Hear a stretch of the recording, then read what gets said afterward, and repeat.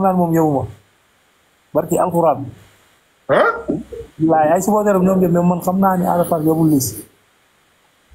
ay supporter Ada Fass booy nekk Dakar ñoo la yem. bu arbitre sifflé damay dox ay pas ñëw ba si moom poñe ko laa la wax nii ni ko indil par force daf ma koy jox.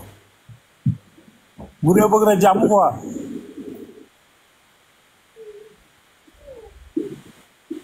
non man ma jëm. bu bëgg na jàmm. Ada Fass bu bëggee jàmm mooy day ñëw jox la combat bi dem ñibbi.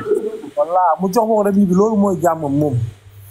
waaw mu ñëw na ma Liss am bàyyi ko fi teg ko fa daw moom loolu mooy jàmmam.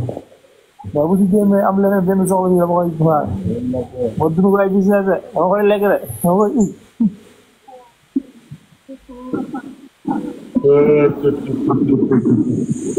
mais xoolal yow mooy loolu maa ngi bëggee kii moom mère Aïda. looy wax say supporter yi looy wax supporter yi balaa ngaa gërëm kenn supporter yi lañ si tax.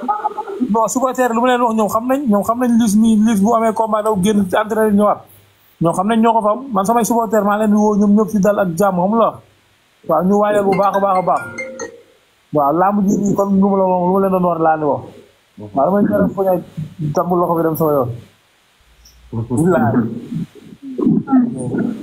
maa ngi bëggee mère Aïda bu baax borom Gàmbi mère Aïda mère Aïda bu Fallou ak Ahmed Lam Toora kon instant yi ñu ngi lay tegal ay ebe ak lan ak nandu roog yooyu ay Ahmed Lam Toora mère Aïda bëgg Fallou maa leen tuddee bu baax ak Bamba.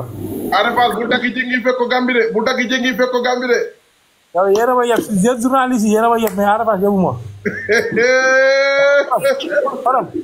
Fadam lamb gi nga man lamb journaliste ak supporter rek ñoo ma yeb ci lamb mais du mbëri ko waa. ah. journaliste ak supporter yi kese ñoo ma yeb ci lamb mais du mbëri ko waa. man Liss Ndiago man imposé bi nga ma imposé ci kanamu Ada Fass te daf maa yéem. waaw yow. seen première jàkkaarloo signature bi nga xam ne Albourakh a koy waaj. Ada Fass toog Liss Ndiago toog ci waat nan lay demee. waaw nu muy demee mooy mu wax si yer ñu dellu ko si yer xam la. bu yaruwul. waaw daa say def leneen lu yaru si man. yaruwul ñu dagg si ñu kaw bi. Ada Fass sama diggante maa moom day yaru rek. lu ma ko deful lu ma deful du ma ko def.